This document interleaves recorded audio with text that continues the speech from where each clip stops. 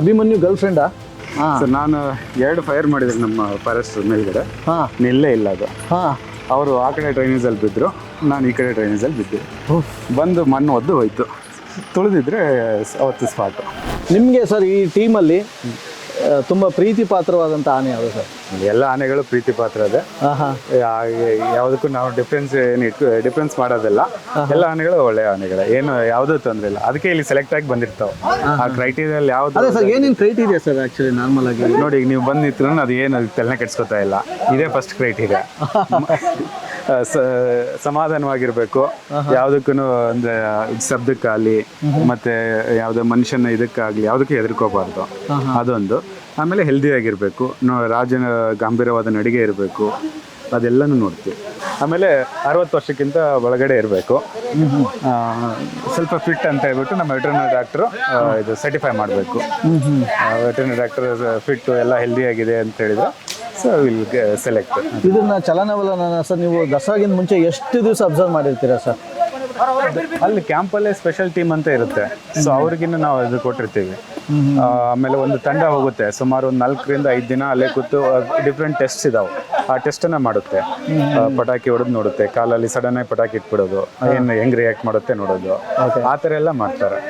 So ಶಬ್ದಕ್ಕೆ ತಲೆ ಕೆಡಿಸ್ಕೋಬೋ. ಆಮೇಲೆ ಜನ ಒಂದು 10-15 ಜನ ಒಂದೇ ಸೇರಿಸ್ಬಿಟ್ಟು ಸುಮ್ಮನೆ ಇದು ಅದ್ರ ಪಕ್ಕದಲ್ಲಿ ನಿಂತ್ಕೊಂಡು ಇದು ಮಾಡೋದು, ಏನು ಗಲಿಬಿಲಿಗೊಳ್ಳುತ್ತಾ ಅಂತ ನೋಡೋದು, ಶಬ್ದ ಹಾಕ್ಸೋದು, ಜಾಸ್ತಿ ಶಬ್ದಕ್ಕೆ ಏನಾದರೂ ಗಲಿಬಿಲಿಗೊಳ್ಳುತ್ತಾ ನೋಡೋದು, ಆ ಥರ ಎಲ್ಲ ಇರುತ್ತೆ. ಆ ಟೆಸ್ಟ್ಗಳಲ್ಲೆಲ್ಲ ಪಾಸ್ ಆದರೆ ಮಾತ್ರ ಇದಕ್ಕೆ ಸೆಲೆಕ್ಷನ್ ಆಗ್ತದೆ, ದಸರಾಗೆ ಸೆಲೆಕ್ಷನ್ ಆಗುತ್ತೆ. ಸರ್ ಮತ್ತು ಆನೆಗಳ ಇನ್ಶೂರೆನ್ಸ್ ಬಗ್ಗೆ ಈಗ ಇದರಲ್ಲಿ ಪ್ರತಿ ವರ್ಷನೂ ಒಂದು ಗ್ರೂಪ್ ಇನ್ಸೂರೆನ್ಸ್ ಅಂತ ಬರುತ್ತೆ. ಆ ಗ್ರೂಪ್ ಇನ್ಸೂರೆನ್ಸ್ನ ಮಾಡಿಸಿದ್ದೀವಿ. ಅದೊಂದು 71,000 ಪ್ರೀಮಿಯಂ. ಅದು ಓಕೆ ನಮಗೆ 2.37 crore ನಮಗೆ ಕವರೇಜ್ ಸಿಗುತ್ತೆ ಅದಕ್ಕೆ. ಓಹೋ ಅದರಲ್ಲಿ ನಾವು ಎಲಿಫೆಂಟ್, ಮಾವುತ, ಕಾವಾಡಿಗ, ಆಮೇಲೆ ಅದ್ರ ಜೊತೆ ಇರೋ ಸ್ಪೆಷಲ್ ಟೀಮ್ಸು, ಇನ್ಕ್ಲೂಡಿಂಗ್ ನಾನು ಹಿಡ್ಕೊಂಡು ಕೂಡ. ಸೊ DCF, RF, ಆಮೇಲೆ ನಮ್ಮ ಗಾರ್ಡು, ವಾಚರ್ಸು, ಸೊ ಇಲ್ಲಿ ಯಾರ್ಯಾರು ಕೆಲಸ ಮಾಡ್ತೀವಲ್ಲ ಆನೆಗಳ ಜೊತೆ ಎಲ್ಲರದನ್ನು ಕೂಡ ನಾವು ಇನ್ಸೂರೆನ್ಸ್ ಮಾಡಿರ್ತೀವಿ. ಸೊ ಈಗ ನಾವು ಎಲ್ಲಿ ಬಂದಿದ್ದೀವಿ ಸರ್? ಈಗ ವರಲಕ್ಷ್ಮಿ ಅಂತ ಹೇಳಿದ್ದು ಹೆಣ್ಣಾನೆ, ಇಲ್ಲಿ ಅಭಿಮನ್ಯುನ್ ಕಟ್ತೀವಿ. ಓಕೆ, ಮೋಸ್ಟ್ಲಿ ಸ್ನಾನಕ್ಕೆ ತೊಗೊಂಡೋಗಿದಾರೆ ಬಂತ ಅನ್ಸುತ್ತೆ. ಅಭಿಮನ್ಯು ಗರ್ಲ್ ಫ್ರೆಂಡಾ? ಇಲ್ಲ, ಈಗ ಗರ್ಲ್ ಫ್ರೆಂಡ್ ಏನಲ್ಲ, ಬಟ್ ಹೆಣ್ಣಾನೆ ಇದ್ರೆ ಸ್ವಲ್ಪ ಕಂಟ್ರೋಲ್ ಅಲ್ಲಿ ಇರುತ್ತೆ ಅಂತ. ಓಕೆ, ಹಾಗಾಗಿ ಆ ಥರ ಯಾವುದು ಇಲ್ವಾ ಸರ್ ಅಭಿಮನ್ಯು? ಈಗ ನೀವು ಹಾಗೆ ಅಲ್ವಾ, ಈಗ ಯಾರಾದ್ರೂ ಅಷ್ಟೇ, ಮನುಷ್ಯನ ಸಹಜ ಗುಣ ಅಲ್ವಾ. ಯಾರಾದ್ರೂ ಅದೇ ಲೇಡಿ ಇದ್ರೆ ಸ್ವಲ್ಪ ನಾಜುಕಾಗಿ ನಡ್ಕೊಂತೀರಾ, ಇಲ್ಲ ಅಂತಂದ್ರೆ ಹೇಗೆ ಹುಡುಗರು ಹೇಗಿರ್ತಾರೆ ಅಥವಾ ಇದು ಇದ್ದಾಗ ಹೇಗಿರ್ತಾರೆ ಅಂತಲ್ವಾ, ಆ ಥರ ಅಷ್ಟೇ. ಇದು ವರಲಕ್ಷ್ಮಿ ಅಂತೇಳಿ ಹೆಣ್ಣಾನೆ 12 ಸಲ ಆ ದಸರಾದಲ್ಲಿ ಭಾಗಿಯಾಗಿದೆ. ರಾಂಪುರ್ ಕ್ಯಾಂಪ್ ನಮ್ಮ ಬಂಡೀಪುರದ್ದು. ತುಂಬ ಎಕ್ಸ್ಪೀರಿಯನ್ಸ್ಡ್ ಎಲಿಫೆಂಟು. ಸ್ವಲ್ಪ 60 ಕ್ರಾಸ್ ಆಗಿದೆ ಅಂತೇಳಿ ನಾವೇನು ಭಾರ ವರ್ಷದ್ದು ತಾಲೀಮ್ಗೆಲ್ಲ ಯೂಸ್ ಮಾಡಲ್ಲ. ಕ್ಯಾಂಪಲ್ಲೇ ಇರಲಿ ಅಂತ, ಇದನ್ನ ನೋಡ್ಕೊಂಡು ಬೇರೆ ಎಲಿಫೆಂಟ್ಸ್ಗಳು ಕಲೀಲಿ ಅಂತ ಹೇಳ್ಬಿಟ್ಟು ಈ ಆನೆನ ಇಟ್ಕೊಂಡಿದ್ವಿ ಅಷ್ಟೇ. ತುಂಬ ಸೌಮ್ಯ ಸ್ವಭಾವ. ತುಂಬ ಸೌಮ್ಯ ಸ್ವಭಾವ. ನೋಡಿ, ಮಾವುತ ಇಲ್ಲ ಅಂದ್ರೆ ನಾವು ಹತ್ರ ಹೋಗ್ಬಾರ್ದು ಆ್ಯಕ್ಚುಲಿ. ಯೂಸಲಿ ಅದು ಫಸ್ಟ್ ಪ್ರೋಟೋಕಾಲ್ ನಮ್ಮದು, ನಾವು ದೂರನೇ ನಿಂತಿದ್ದೀವಿ ಅದಕ್ಕೆ. ಮಾವುತ ಇದ್ರೇನೆ ಯಾವುದೇ ಎಲಿಫೆಂಟ್ಸ್ ಇರಲಿ, ಎಂಥ ಇದ್ರೂ ಕೂಡ ಅದು ವೈಲ್ಡ್ ಬಿಹೇವಿಯರ್ ಇದ್ದೇ ಇರುತ್ತೆ.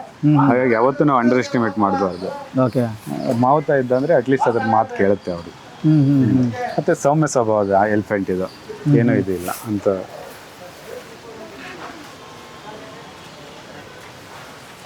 ಒಂದು ಕಣ್ಣು ನೋಡಿದ್ರೆ ಹೇಳ್ಬೋದು ನೀವು ಇದ್ರ ಅಗ್ನೆಸ್ನೆಸ್ ಏನಿದೆ ಅಂತ ಹೇಳ್ಬಿಟ್ಟು. ಅದನ್ನ ನೋಡಿದ್ರೇನೆ ಅಷ್ಟೇ. ಯಾವ ಥರ ಇರುತ್ತೆ ಸರ್ ಕಣ್ಣು? ಕೋಪ ಗೀಪ? ಈಗ ನಿಮ್ಗೆ ನೋಡಿ, ಇದ್ರ ಕಣ್ಣು ನೋಡಿ ಏನ್ ಅನಿಸ್ತಾ ಇದೆ ನಿಮ್ಗೆ? ಈಗ ನಮ್ಮ ಕಣ್ಣುಗಳನ್ನ ನೋಡಿದ್ರೆ ಕೆಂಗನಿಂದ ನೋಡೋದು, ಗಾಬರಿಯಿಂದ ನೋಡೋದು, ಆ ಥರ. ಈಗ ಇದು ಏನಂದ್ರೆ ತುಂಬಾ ಸಂಬಂಧ, ಓಕೆ ಯಾರೋ ನಮ್ಮವ್ರು ಬಂದಿದ್ದಾರೆ ಅಂತ ಅಷ್ಟು ನೋಡ್ತಾ ಇದೆ ಅಷ್ಟೇ. ಅಂದ್ರೆ ಅದ್ರ ಇಂಟೆನ್ಷನ್ ಏನೂ ಇಲ್ಲ ಬಿಹೈಂಡ್, ಗುದ್ಬೇಕು ಇದು ಮಾಡ್ಬೇಕು ಅಂತ ಆ ಥರ ಇದಿಲ್ಲ. ನಮ್ಮ ಇವನು ವಸಂತ ಅಂತ ಹೇಳಿ, ಬನ್ನಿ ವಸಂತ ಅವರೇ, ನಮ್ಮ ಅಭಿಮನ್ಯು ಮಾವುತ ಇವನು. ಈ ಸಲ ಇವ್ರಿಗೆ ಇದು ಮುಖ್ಯಮಂತ್ರಿಗಳ ಚಿನ್ನದ ಪದಕ ಸಿಕ್ಕಿದೆ. ಕಂಗ್ರ್ಯಾಚುಲೇಷನ್ಸ್. ಅಭಿಮನ್ಯು ಮಾವುತ ಅದನ್ನ ಒಳ್ಳೆ ಆನೆಯಾಗಿ ಪಳಗಿಸಿ ಅದನ್ನ ಸುಮಾರು 150ಕ್ಕೂ ಅಧಿಕ ಎಲಿಫೆಂಟ್ಸ್ಗಳು ಪುಂಡಾನೆಗಳನ್ನ ಕ್ಯಾಪ್ಚರ್ ಮಾಡ್ತೀವಿ ನಾವು. ಹಾಸನ್ನು, ಚಿಕ್ಕಮಗಳೂರು, ಕೊಡಗು, ಇದ್ರ ಜಿಲ್ಲೆಗಳಲ್ಲಿ ಮಾಡ್ತಾರಲ್ಲ, ಅದರಲ್ಲಿ ಎಲ್ಲ ಇವನ್ ನಮ್ಮ ಜಿಲ್ಲೆ ರಾಜ್ಯ ಅಲ್ಲ, ಬೇರೆ ರಾಜ್ಯಗಳಲ್ಲಿ ಹೋಗಿ ಕೂಡ ಕ್ಯಾಪ್ಚರ್ ಸರ್ ಆಪರೇಷನ್ ಈ ಥರ ಆನೆಗಳು ಅಂದರೆ ಬೇರೆ ಆನೆಗಳನ್ನ ಪುಂಡಾನೆಗಳನ್ನ ಪಳಗಿಸೋದು ಈ ಥರ ಓವರಾಲ್ ಇಂಡಿಯಾದಲ್ಲಿ ಎಷ್ಟು ಆನೆಗಳಿರ್ಬೋದು ಸರ್ ಈ ಥರ? ಇಲ್ಲ, ನಮ್ಮ ಕರ್ನಾಟಕನೇ ಅದಕ್ಕೆ ಹೆಸರುವಾಸಿ.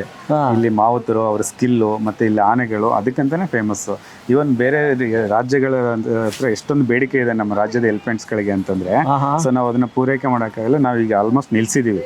ಲಾಸ್ಟ್ ಇಯರ್ ದಸರಾ ಮುಗಿದ ತಕ್ಷಣ ಒಂದು 6 ಎಲಿಫೆಂಟ್ಸನ್ನ ಕೊಟ್ಟು ಕಳಿಸಿದ್ವಿ. ಅಷ್ಟೊಂದು ಬೇಡಿಕೆ ಇದೆ ಎಲಿಫೆಂಟ್ಸ್ಗಳಿಗೆ.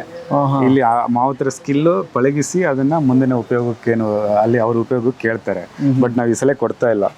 ಅದಕ್ಕೆ ಇವರು ವನ್ಯಜೀವಿ ಸಂರಕ್ಷಣೆಯಲ್ಲಿ ಏನು ಇವರ ಸಾಧನೆಗೋಸ್ಕರ ಸೊ ಅವ್ರಿಗೆ ಚಿನ್ನದ ಪದಕನ, ಮುಖ್ಯಮಂತ್ರಿಗಳ ಚಿನ್ನದ ಪದಕನ ಕೊಟ್ಟಿದ್ದಾರೆ. ಸೊ ಸರ್ ಈಗ ಅಭಿಮನ್ಯು ಅಂತಂದ್ರೆ ತುಂಬಾ ಜನ ಬರ್ತಿರ್ತಾರೆ, ಫೋಟೋ ಅದು ಇದೆಲ್ಲ ಕ್ಯಾಮ್ರಾಗಳೆಲ್ಲ ಇಲ್ಲಿ ಫಿಟ್ ಮಾಡಿದ್ದೀರಾ? ಈ ಬಾರಿಯಿಂದನಾ ಅಥವಾ ಹೋದ ಸಲಿಂದನಾ ಈ ತರ? ಇಲ್ಲ, ಹೋದ ಸಲನೇ ಇತ್ತು. ಈ ಸಲನೂ ನಾವು ಅದು ಲೈವ್ ಇದನ್ನ ಮಾಡಿಸಿದೀವಿ. ಇವನ್ ನನ್ನ ಮೊಬೈಲಲ್ಲಿನೂ ಇದು ಮಾಡ್ತೀವಿ, ಆಪ್ರೇಟ್ ಮಾಡ್ತೀವಿ. ನನ್ನ ರೇಂಜ್ ಆಫೀಸರು, ಅಡ್ಮಿನಿಸ್ಟ್ರೇಟಿವ್ ಆಫೀಸರು ಅವರು ಕೂಡ ಮೊಬೈಲಲ್ಲೇ ನೋಡ್ತಾರೆ. ಅಂದರೆ ನಾವೆಲ್ಲ ಇದ್ರೂ ಕೂಡ ಕ್ಯಾಂಪಲ್ಲಿ ಏನು ನಡೀತಾ ಇದೆ ಅಂತೇಳಿ ಗೊತ್ತಾಗಬೇಕು. ಯಾಕಂದರೆ ದಸರಾ ಅನ್ನೋದು ತುಂಬ ಸೂಕ್ಷ್ಮವಾಗಿ ವಿಚಾರ ಇದೆ. ಏನೇ ಒಂದು ಸಣ್ಣ ಇಶ್ಯೂಸ್ ಕೂಡ ನಡಿಬಾರ್ದನ್ನು ಇದು ನಮ್ಮದು. ಹಾಗಾಗಿ ಎಲ್ಲ ಸುರಳಿತಾಗಿ ನಡೀಲಿ ಅಂತ ಹೇಳ್ಬಿಟ್ಟು CCTV ಹಾಕಿದ್ದೀವಿ. ಓಕೆ ಸರ್, ನೀವು ಪರ್ಸ್ನಲಿ ಅರ್ಜುನನ್ ಎಷ್ಟು ಮಿಸ್ ಮಾಡ್ಕೋತಾ ಇದ್ದೀರಾ ಸರ್? ಇಲ್ಲ, ಖಂಡಿತ ನಮ್ಗೆ ಅರ್ಜುನ ಇಲ್ಲದ ಅದು ಬೇಜಾರು ಅನಿಸ್ತಾ ಇದೆ, ಇಲ್ಲ ಅಂತಲ್ಲ. ಆದರೂ ಕೂಡ ನಾವು ಮುಂದೆ ನಡಿಬೇಕಲ್ಲ, ನಮ್ಮ ಇದನ್ನು ಕೂಡ ಮುನ್ನಡಿಬೇಕು. ಅದೇ ಥರ ಎಲ್ಲ ಎಲಿಫೆಂಟ್ಸ್ ಕೂಡ ಅರ್ಜುನನ್ ಥರನೇ ಹೆಸರು ಮಾಡ್ತಾವ ಅನ್ನೋ ನಮ್ಮ ಆಸೆ ಇದೆ. ಈಗ ಹೊಡ್ತಾ ಇದೆ ಸರ್ ಈಗ? ಹಾಂ, ಈಗ ಹೊಡ್ತಾ ಇದೆ. ಇದು ಅಭಿಮನ್ಯು. ಇದ್ರ ಬಗ್ಗೆ ಇದು ಏನಂತಂದ್ರೆ ಅಯಸ್ಕಾಂತ. ಇದು ಏನಾದರೂ ಮುಂದ್ಗಡೆ ಮೊಳೆಗಳು ಮತ್ತೆ ಏನಾದ್ರು ಶಾರ್ಪನ್ ಐಟಮ್ಸ್, ಮೆಟಲ್ ಐಟಮ್ಸ್ ಏನಾದ್ರು ಬಿದ್ದಿದ್ರೆ ಎಸ್ಆರ್ ಮಾಡ್ಕೊಳ್ಳುತ್ತೆ. ಇಲ್ಲಿ ಮಾಡ್ಕೊಂಡಿದ್ದೆ ಕೆಳಗಡೆ. ಅದು ಸಿಗುತ್ತೆ ಸರ್? ಹೌದೌದು, ಪ್ರತಿದಿನ ಆಲ್ಮೋಸ್ಟ್ 1 kg ಬರುತ್ತೆ. 1 kg ಅಂದ್ರೆ ನಾಟ್ ಓನ್ಲಿ ಮೊಳೆಗಳೇ ಇರಲ್ಲ, ಸೊ ಬೇರೆ ಶಾರ್ಪ್ ಐಟಮ್ಸ್ಗಳು, ಇದು ಐರನ್, ಹೌದೌದು ಇರುತ್ತೆ ನೋಡಿ. ಅಲ್ಲಿ ಪಿನ್ನು, ಸೊ ಹೇರ್ ಪಿನ್ಸು ಅವೆಲ್ಲ ಇರುತ್ತೆ.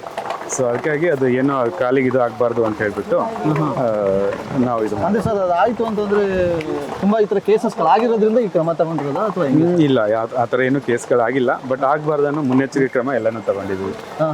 ಸರ್ ಈ ಥರ ನೀವು ಬಂದಮೇಲೆ ಯಾವುದಕ್ಕೆ ನೀವು ಜಾಸ್ತಿ ಒತ್ತು ಕೊಡ್ತಾ ಇದ್ದೀರಿ? ನಾವು ಆನೆ ಹೆಲ್ತ್, ಆಮೇಲೆ ಆನೆ ಫಿಟ್ನೆಸ್ಸು ನಮಗೆ ಮೇನ್ ಇದು ಇಂಪಾರ್ಟೆಂಟ್. ಅವೆಲ್ಲ ಹೆಲ್ತ್ ಫಿಟ್ನೆಸ್ ಫಿಟ್ ಆಗಿದ್ರೆ ನಮ್ಮ ಮಾವತನ ಹೆಲ್ತಿಗೆ ಆಗಿರ್ತಾನೆ. ಯಾಕಂದ್ರೆ ಅವನಿಗೆ ಆನೆಗೆ ಏನಾದ್ರು ಹೆಚ್ಚು ಕಡಿಮೆ ಅಂದ್ರೆ ಅವ್ನು ಊಟನೇ ಬಿಟ್ಬಿಡ್ತಾನೆ. ಹೌದೌದು. ಈಗ ಕಂಜಾನೆ ಆನೆ ಅಂತ ಇತ್ತು ನಮ್ದು. ಫಸ್ಟ್ ಬಂದು 1-2 ದಿನದಲ್ಲಿ ಅದಕ್ಕೆ ಸ್ವಲ್ಪ ಕಾಲು ಇದು ಟ್ವಿಸ್ಟ್ ಆಯ್ತು ಫಸ್ಟ್. ಅದಾದ್ಮೇಲೆ ಅವನು ಮಾವತ ಊಟನೇ ಬಿಟ್ಬಿಟ್ಟ 2 ದಿನ. ಅವ್ನಿಗೆ ನಾನೇ ಮತ್ತೆ ನಾವೇ ಕರೆದು ಧೈರ್ಯ ಹೇಳಿ ಸೊ ಇವನ್ ಅದಕ್ಕೆಲ್ಲ ಟ್ರೀಟ್ಮೆಂಟ್ ಕೊಡಿಸಿ ಈಗ ನಾವು ಅವ್ರನ್ನೆಲ್ಲ ಇದ್ರಲ್ಲಿ ಪಾಲ್ಗೊಳ್ತಾ ಇದ್ದಾನೆ. ಆನೆಗಳು ಅಷ್ಟೇ ಎಮೋಷನಲ್ ಆಗಿರುತ್ತಲ್ವ ಸರ್? ಅವರು ಎಮೋಷನಲ್ ಅಟ್ಯಾಚ್ ಹೊಂದಿರ್ತಾವೆ. ಅವ್ರ ಮಾವುತರು ಕೂಡ ಅಷ್ಟೇ ಇರುತ್ತೆ. ಯಾಕಂದ್ರೆ ಅವ್ರಿಗೆ ಆನೆನೇ ಇದು ಅಲ್ವಾ, ಅನ್ನದಾತ. ಅದಕ್ಕೆ ಸೊ ಅದಕ್ಕಷ್ಟ ಇದು ಆಗಿರ್ತಾರೆ ಅವರು ಇಡೀ ಕುಟುಂಬನೇ ಆನೆಗೆ ಏನೇನು ಬೇಕು ಎಲ್ಲ ಇದನ್ನು ಕೂಡ ಇದು ಮಾಡ್ತಿರ್ತಾರೆ. ಮಕ್ಕಳು ಎಷ್ಟು ಎಮೋಷನಲ್ ಆಗಿರ್ತಾರೆ ಸರ್? ಯಾಕಂದ್ರೆ ನಾವು ನೋಡ್ತಿರ್ತೀವಿ ಮಕ್ಕಳೆಲ್ಲ, ಮಾವುತರು ಮಕ್ಕಳು ಪಟಪಟ ಅಂತ ಹತ್ಬಿಡ್ತಾರಲ್ಲ, ಆಟ ಅಂತಾರ ಮಕ್ಕಳು. ಹೌದು, ಈಗ ಅವ್ರ ಮನೆ ಪ್ರಾಣಿ ಈ ತರ ನೋಡ್ಕೋತಾರೆ. ಮನೆ ಇದು ಏನಿದೆಯಲ್ಲ, ಮನೆ ಪ್ರಾಣಿ ತರಾನೇ ನೋಡ್ಕೋತಾ ಇರ್ತಾರೆ ಅವರು. ಅಷ್ಟೊಂದು ಅಟ್ಯಾಚ್ ಆಗಿರ್ತಾರೆ.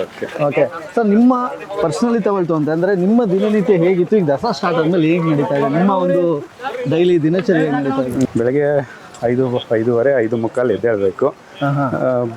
ಬೆಳಗ್ಗೆ ಇದ್ರದ್ದು ತಾಲೀಮ್ ಇರುತ್ತೆ. ಒಂದು 7 ಗಂಟೆಗೆ ತಾಲೀಮ್ಗೆ ಬರೋದು. ಅದಾದಮೇಲೆ ಈವ್ನಿಂಗ್ ತಾಲೀಮ್ ಮುಗಿಸಿ 8:30, 9ಕ್ಕೆ ಮನೆಗೆ ಹೋಗ್ತೀವಿ ಅಷ್ಟೇ. ಓಕೆ, ಮಧ್ಯದಲ್ಲಿ ಆಫೀಸ್ ಅಟೆಂಡ್ ಮಾಡ್ತೀವಿ. ಬೇರೆ ಬೇರೆ ವರ್ಕ್ಗಳಿರುತ್ತೆ ನಮಗೆ. ಬೇರೆ ಬೇರೆ ವೈಲ್ಡ್ ಲೈಫ್ ಸೆಂಚುರೀಸ್ಗಳಿದ್ದಾವೆ. ಮೇಲ್ಕೋಟೆ, ಮಂಡ್ಯದಲ್ಲಿ ಒಂದಿಷ್ಟು, ಶ್ರೀರಂಗಪಟ್ಟಣದಲ್ಲಿ ರಂಗನತಿಟ್ಟು. ಓಕೆ, ಸೊ ಇವೆಲ್ಲ ವೈಲ್ಡ್ ಲೈಫ್ ಸೆಂಚುರೀಸ್ಗಳಿದ್ದಾವೆ. ಅವುಗಳಲ್ಲಿ ವರ್ಕನ್ನು ನೋಡಬೇಕಲ್ಲ, ಫೋಕಸ್ ಮಾಡ್ತೀವಿ. ಸೊ ಈವ್ನಿಂಗು ಮಾರ್ನಿಂಗು ಮೇನ್ ಇದೆ ಎಲಿಫೆಂಟ್ ಕ್ಯಾಂಪ್ ನಮಗೆ. ಓಕೆ, ಸೊ ಬೇಸಿಕ್ಲಿ ನೀವು ಎಲ್ಲಿಯವರು ಸರ್? ನೀವು ಆ್ಯಕ್ಚುಲಿ ಬಿಜಾಪುರ. ಓಕೆ, ಹೇಗೆ ಅನ್ಸುತ್ತೆ ಸರ್ ನಿಮಗೆ ಮೈಸೂರು? ಹೊಸದೇನಲ್ಲ, ನಾನು ಈ ಕಡೆ ಸೌತಲ್ಲಿ ಓದಿರೋದೆಲ್ಲ ಇದನ್ನೇ, ಸಿರ್ಸಿ ಮತ್ತು ಆಮೇಲೆ ಬೆಂಗಳೂರಲ್ಲಿ. ಇವಾಗ ಮೈಸೂರು, ಹಾಸನಲ್ಲಿ ಕೆಲಸ ಮಾಡಿದ್ದೀನಿ, ಸಿರ್ಸಿಲಿ ಕೆಲಸ ಮಾಡಿದ್ದೀನಿ. ಏನು ನನಗೇನು ಇದು ಏನಿಲ್ಲ, ಕರ್ನಾಟಕ ಅಲ್ಲ, ಎಲ್ಲ ಹೋದ್ರೆ ನಾವು ಕನ್ನಡಿಗರಲ್ಲ ಅಷ್ಟೇ. ಯಾವ್ಯಾವ ಥರ ಆನೆಗಳನ್ನ ಏನಾದ್ರು ತುಂಬ ಫೇಸ್ ಮಾಡಿದ್ರೆ ಸರ್? ಇದರಲ್ಲಿ ಹಾಸನಲ್ಲಿ ಕೆಲಸ ಮಾಡುವಾಗ ನಾವು ಕ್ಯಾಪ್ಚರ್ ಆಪರೇಷನ್ ಮಾಡಿದ್ವಿ. ಸುಮಾರು ಒಂದು 4 ಆಪರೇಷನ್ಸ್ಗಳನ್ನ ಮಾಡಿದ್ವಿ. ಕ್ಯಾಪ್ಚರ್ ಆಪರೇಷನ್ಸ್ ಪ್ರತಿ ಕ್ಯಾಪ್ಚರ್ ಆಪರೇಷನ್ ಕೂಡ ರಿಸ್ಕಿ ಆಗಿದೆ. ನಮ್ಮ ಲೈಫ್ ನಾವು ಎಲ್ಲರೂ ಅದನ್ನ ಕ್ಯಾಪ್ಚರ್ ಆಪರೇಷನ್ಗೆ ಹೋಗ್ತಾ ಇದೀವಿ ಅಂತಂದ್ರೆ ನಮ್ಮ ಲೈಫನ್ನೆಲ್ಲಾನು ರಿಸ್ಕಲ್ಲಿ ಇಟ್ಟೇ ಹೋಗ್ತೀವಿ. ಅದರಲ್ಲಿ 100% ರಿಸ್ಕಲ್ಲಿ. ಭೀಮಾ ಅಂತ ಒಂದು ಆನೆ ಇತ್ತು ಯಾವುದು? ಹಾಸನಲ್ಲಿ, ಭೀಮಾ ಅಂತ ಹೇಳಿ. ಓಕೆ. ಸೊ ಪಾಪ ಒಳ್ಳೆ ಆನೆ ಅದು.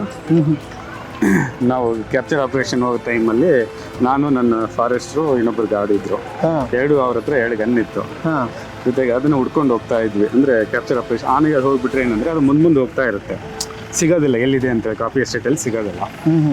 ಹಾಗಾಗಿ ನಾವು ಅದ್ರ ಏನು ಮಾಡಿದ್ವಿ, ಇಲ್ಲ ಮುಂದೆ ಹೋಗಿ ನೋಡೋಣ ಅಂತ ಹೇಳ್ಬಿಟ್ಟು ನಾವು ಒಂದು 4-5 ಜನ ಕಾವಾಡೀಸು ಮತ್ತು ವಾಚರ್ಸು ಇಬ್ಬರು ಸ್ಟಾಫು ಹೋದ್ವಿ. ಅದು ಸಡನ್ ಆಗಿ ಅಲ್ಲಿ ದೂರ ಇತ್ತು, ಒಂದೇ ಸರಿಗೆ ಓಡ್ ಬಂದ್ಬಿಡ್ತು ಮೇಲೆ. ಎಲ್ಲ ಅಂದರೆ ಅದು ಓಡೋ ಇದಕ್ಕೆ ನೀವು ಅಲ್ಲೇ ಕಾಲು ಬಿದ್ದೋಗ್ಬಿಡುತ್ತೆ ನಿಮ್ಮದು. ಹೌದು, ಅದೇನು ಹೇಳ್ತಾರೆ ಸರ್, ನಮ್ದು 7 ಹೆಜ್ಜೆ ಆನೆದು 1 ಹೆಜ್ಜೆ ಶಕ್ತಿನೇ ಬರಲ್ಲ ನಿಮಗೆ ಆ ಕಾಲಲ್ಲಿ. ಸೊ ನಾನು 2 ಫೈರ್ ಮಾಡಿದ್ರು ನಮ್ಮ ಫಾರೆಸ್ಟ್ ಮೇಲ್ಗಡೆ, ನಿಲ್ಲೇ ಇಲ್ಲ ಅದು. ಅವರು ಆ ಕಡೆ ಡ್ರೈನೇಜಲ್ಲಿ ಬಿದ್ದರು, ನಾನು ಈ ಕಡೆ ಡ್ರೈನೇಜಲ್ಲಿ ಬಿದ್ದೆ. ಬಂದು ಮಣ್ಣು ಒದ್ದು ಹೋಯ್ತು. ತುಳಿದಿದ್ರೆ ಅವತ್ತು ಸ್ಪಾಟು.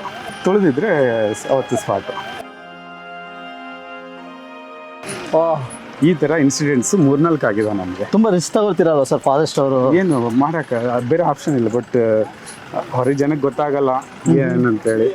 ನಾವು ಒಳಗಡೆ ಹೋಗ್ತಾ ಇದ್ದೀವಿ, ಕಾಡಲ್ಲಿ ವಾಕ್ ಮಾಡ್ತಾ ಇದ್ದೀವಿ ಅಂದರೆ ಸಡನ್ನಲ್ಲಿ ಏನಾಗುತ್ತೆ ಅಂತ ಗೊತ್ತಿರಲ್ಲ. ಏನೋ ವನದೇವತೆ ಆಶೀರ್ವಾದ, ನಾವು ಇನ್ನೂ ಇದಿರ್ತೀವಿ ಅಷ್ಟೇ. ಮನೆಯವರೆಲ್ಲ ಏನು ಹೇಳ್ತಾರೆ ಸರ್? ಮೇಡಮ್ ಎಲ್ಲ ಈ ಸ್ಟೋರಿ ಆ್ಯಕ್ಚುಲಿ ಕಟ್ ಮಾಡಿದ್ದೀನಿ. ಆ್ಯಕ್ಚುಲಿ ಅವ್ರಿಗೆಲ್ಲ ಇವೆಲ್ಲ ಗೊತ್ತಾದರೆ ಅಯ್ಯೋ ಭಯ ಪಡ್ತಾರೆ ಅಷ್ಟೇ. ಅವ್ರಿಗೆಲ್ಲ ಇಷ್ಟು ರಿಸ್ಕ್ ಇರುತ್ತೆ ಅಂತ ಗೊತ್ತಿರಲ್ಲ. ಸ್ವಲ್ಪ ಎಲ್ಲನೂ ಹೇಳೋಕ್ಕೂ ಆಗಲ್ಲ. ಅವೆಲ್ಲ ಹೇಳಿದರೆ ಮತ್ತೆ ನಾಳೆ ಬೆಳಗ್ಗೆ ನಾವು ಡ್ಯೂಟಿಗೆ ಹೋಗೋದೇ ಕಷ್ಟ ಆಗಿಬಿಡುತ್ತೆ. ಆಮೇಲೆ ನಿಜ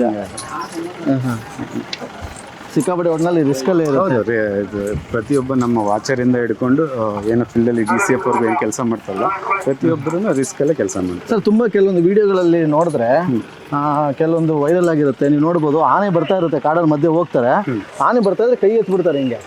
ಅವಾಗ ಆನೆ ಸ್ಟಾಪ್ ಆಗ್ಬಿಡುತ್ತೆ ಅಥವಾ ಹೋಗ್ಬಿಡುತ್ತೆ ಹಿಂಗೆ ವಾಪಸ್ಸು. ಆ ಥರ ಅದೊಂಥರ ಏನಾದ್ರೆ ಹುಚ್ಚಾಟ ಅಂತ ಹೇಳ್ಬೋದು ಅಷ್ಟೇ. ಆ ಥರ ಯಾವುದೇ ಪಾಪ ಆ ವಿಡಿಯೋ ನೋಡ್ಬಿಟ್ಟು ಯಾರಾದ್ರೂ ಮಾಡಕ್ಕೆ ಹೋದ್ರೆ ಜೀವ ಕಳ್ಕೊತಾರೆ. ದಯವಿಟ್ಟು ನಾನು ಅದೇ ಹೇಳೋದು ಆಡಿಯನ್ಸ್ಗೆ, ಅಂತ ತಪ್ಪು ಮಾಡಕ್ಕೆ ಹೋಗ್ಬೇಡಿ. ಅದು ಯಾವ ಆನೆನೂ ಆ ಥರ ಮಾತು ಕೇಳಿ ನಿಲ್ಲು ಅಂತ ಅಲ್ಲ, ಅದಕ್ಕೆ ಯಾವ ಥರ ಮಾತು ಕಲಿಸಿರಲ್ಲ. ಹಾಗಾಗಿ ಯಾರೋ ಒಬ್ರು ಹೋಯ್ತಾರೆ ಸರ್, ಆನೆ ಫಾರೆಸ್ಟಲ್ಲೇ ಗಾಡಿ ನಿಲ್ಲಿಸ್ತಾರೆ, ಜೀಪ್ ನಿಲ್ಲಿಸ್ಬಿಟ್ಟು ಏನಂತಾರೆ, ಆನೆ ಹತ್ರ ಹೋಗ್ತಾರೆ, ಆನೆ ಕರೀತಾರೆ, ಆನೆ ಇದಕ್ಕೆ ಬರುತ್ತೆ, ಅಟ್ಯಾಕ್ ಮಾಡಕ್ ಬರುತ್ತೆ, ಚೇಂಜ್ ಮಾಡುತ್ತೆ. ಬಂದ ತಕ್ಷಣ ಹಿಂಗೆ ಕೈ ಎತ್ತುತ್ತಾನೆ, ಹಿಂಗೆ ವಾಪಸ್ ಹೊಟ್ಟೋಗ್ಬಿಡುತ್ತೆ. ಇಲ್ಲ ಆ ಥರ ಅದೇ ಹೇಳಿದನ್ನು, ಆ ಥರ ಯಾವುದೇ ಮಾತನ್ನು ಅದಕ್ಕೆ ಕಲಿಸಿರೋದಲ್ಲ. ಅದಕ್ಕೆ ಆ ಥರ ಇದನ್ನೂ ಇಲ್ಲ, ಲ್ಯಾಂಗ್ವೇಜನ್ನು ಹೇರ್ ಮಾಡುವಂಥ ಕೆಪಾಸಿಟಿನೂ ಇಲ್ಲ. ದಯವಿಟ್ಟು ಅಂತ ತಪ್ಪನ್ನು ಮಾಡಕ್ಕೆ ಹೋಗ್ಬೇಡಿ, ಪ್ರಾಣನ ಇದು ರಿಸ್ಕಲ್ಲಿ ಮತ್ತು ಕಳ್ಕೋಬೇಡಿ ಅಂತ ಹೇಳೋದು ನಾವು. ಈಗ ಎಲ್ಲ ಹೋಗ್ತಾ ಇದೀವಿ ಸರ್? ಇಲ್ಲಿ ಅಂದರೆ ಅಲ್ಲಿ ಅಂಬಾರಿ ಕಟ್ತೀವಿ, ಇಲ್ಲಿ ಮುಂದ್ಗಡೆ ಅಂಬಾರಿ, ಚಿನ್ನದ ಅಂಬಾರಿ ಕಟ್ತೀವಲ್ಲ, ಕಟ್ಬಿಟ್ಟು ಇಲ್ಲಿಂದನೇ ತಗೊಂಡು ಹೋಗೋದು.